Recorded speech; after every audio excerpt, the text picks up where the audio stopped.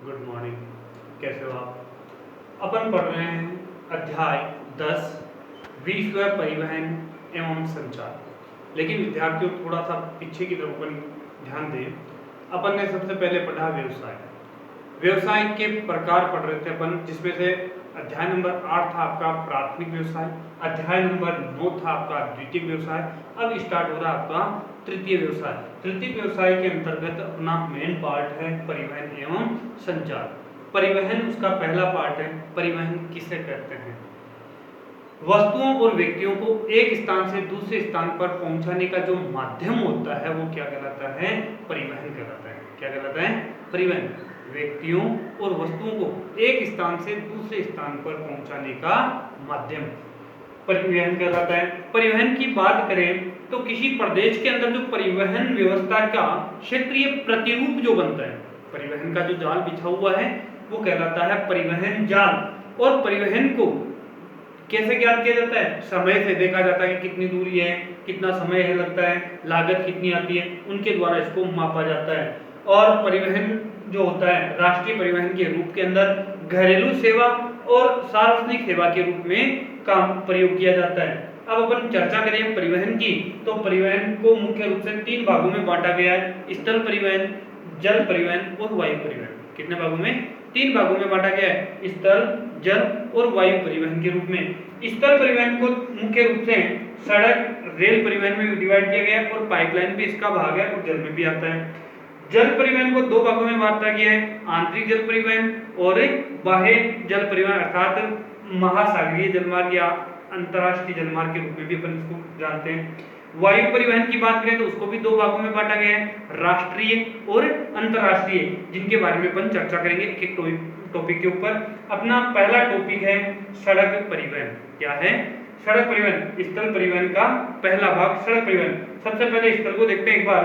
पृथ्वी के भूभाग पर जो परिवहन किया जाता है, पृथ्वी के भूभाग पर जो परिवहन होता है, किया जाता है, उसे स्थल परिवहन कहते हैं। और स्थल परिवहन को मुख्य रूप से 2 भागों में बांटा गया है: सड़क मार्ग और रेल मार्ग। सड़क मार्ग की बात करें तो ये सबसे प्राचीन और सबसे पहला परिवहन मार्ग है अपना, जो अपन प्राचीन काल से ही चले आ रहे हैं। क्योंकि अपन को पता है सड़कें 2 प्रकार की होती है: कच्ची सड़क और पक्की सड़क। कच्ची सड़क और पक्की सड़क मुख्य रूप से अपन इसमें चर्चा करेंगे, वो पक्की सड़क के बारे में करते हैं। मनुष्य के सामाजिक व आर्थिक विकास के लिए, सामाजिक और आर्थिक विकास के लिए सबसे अधिक महत्वपूर्ण योगदान सड़क परिवहन का होता है। अगर अपन किसी भी समाज के अंदर विकास चाहते हैं कि इसका विकास कितना हुआ है, और आर्थिक विकास एक स्थान से दूसरे स्थान पर पहुंचने के लिए, आर्थिक गतिविधियों का संचालन करने के लिए, उनके लिए किसकी आवश्यकता होती है?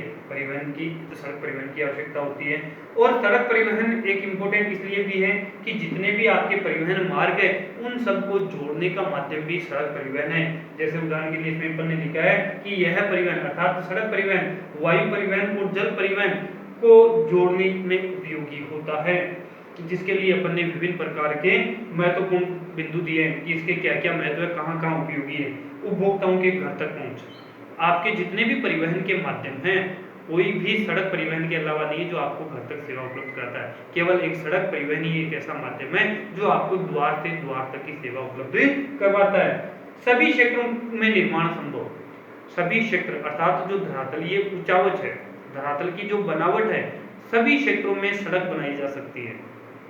जैसे रेल परिवहन है, वायु परिवहन सेवा सभी क्षेत्रों में संभव नहीं है, लेकिन जल या आपका सड़क परिवहन सभी क्षेत्रों में संभव है। चाहे आपकी पर्वतीय क्षेत्र हो, चाहे मरुस्थलीय क्षेत्र हो, चाहे कैसा भी क्षेत्र हो, उन सब में सड़क बनाई जा सकती है।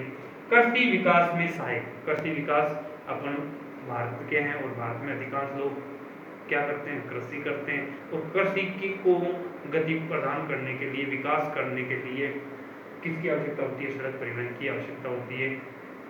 लचीलापन, यह अपनी जो सड़कें होती है वो लचीली है, कभी भी उनको तोड़ सकते हैं, कभी भी उनका पुनर्निर्माण किया जा सकता है, वो इसका लचीला रूप है। और तथा कटौती है। नेक्स्ट है अपना शीघ्र खराब होने वाली वस्तुओं का परिवहन संभव है। मान लीजिए अपन कृषि परिवार से रिलेटेड है और अपने कोई ऐसी वस्तुएं हैं जो खराब होने वाली है तो उनको उपभोक्ता बाजारों तक पहुंचाने के लिए सड़क परिवहन सबसे उपयोगी होती है।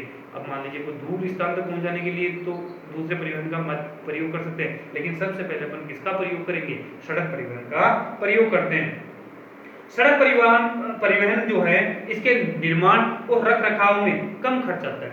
वायु परिवहन, जल परिवहन जितने भी हैं उन पे रख रखाव पे खर्च आता अधिक और निर्माण लागत भी अधिक आती है, लेकिन सड़क परिवहन की निर्माण लागत कम आती है और रख रखाव पर भी इनकी तुलना में खर्च कम आता है। कम दूरी के लिए आदर्श परिवहन, अगर भाई देखो आपको कोई छोटी दूरी तय करनी है, मध्यम दूरी तय करनी है तो उसके लिए सबसे उपयुक्त किसको माना जाता है? सड़क परिवहन को माना जाता है। और सड़क की बात करें, युद्ध, अकाल, प्राकृतिक आपदाओं के समय में भी सड़क परिवहन सबसे उपयुक्त रहती है। प्राकृतिक आपदाओं के समय आपके रेल परिवहन वगैरह सभी दुरुस्त हो सकती है, लेकिन सड़क परिवहन है कच्ची सड़क या पक्की के सड़क, उनका प्रयोग करते हुए अपन उनसे निपट सकते हैं। युद्ध के समय भी सड़कें सबसे ज्यादा इम्पोर्टेंट होती है। साथ ही वृहद और जो लघु उद्योग आपके, आप उदाहरण के लिए यही कर सकते हैं कि उद्योग है उनको जोड़ने का काम भी, उनको विकास की ओर ले जाने के लिए भी सड़क परिवहन है, क्योंकि वहां तक उद्योगों तक कच्चा माल पहुंचाने के लिए और उद्योगों का जो तैयार माल है उसको उपभोक्ता केंद्र अर्थात बाजारों तक पहुंचाने के लिए भी किसकी आवश्यकता होती है? सड़क की आवश्यकता होती है। अब सड़कों की बात करें तो भारतीय सड़कें हैं उनको मुख्य रूप से 5 भागों में बांटा गया है। कितने भागों में बांटा गया है? 5 भाग। नेशनल सड़कें, राज्य सड़कें, जिला सड़कें, ग्रामीण सड़कें और सीमांत सड़कें। कुल मिला के कितनी होगी? अपनी 5 प्रकार हो गए भारतीय सड़कों के। अब नंबर 1 अपन पढ़ रहे हैं वो है स्वर्णिम चतुर्भुज योजना। क्या है? स्वर्णिम चतुर्भुज योजना विद्यार्थियों, भारत के पूर्व प्रधानमंत्री श्रीमान अटल बिहारी वाजपेयी ने ये योजना प्रारंभ की थी और इस योजना का मुख्य उद्देश्य यही था देश को एकता के सूत्र में बांधना तथा देश के जो महानगर हैं उनके मध्य की दूरी को कम करना। ठीक है, तो इसमें क्या किया गया कि देश के 4 महानगर हैं। उत्तर के अंदर है आपका दिल्ली, पूर्व के अंदर आपका है कोलकाता, नीचे दक्षिण की तरफ आपका चेन्नई और पश्चिम की तरफ आपका मुंबई।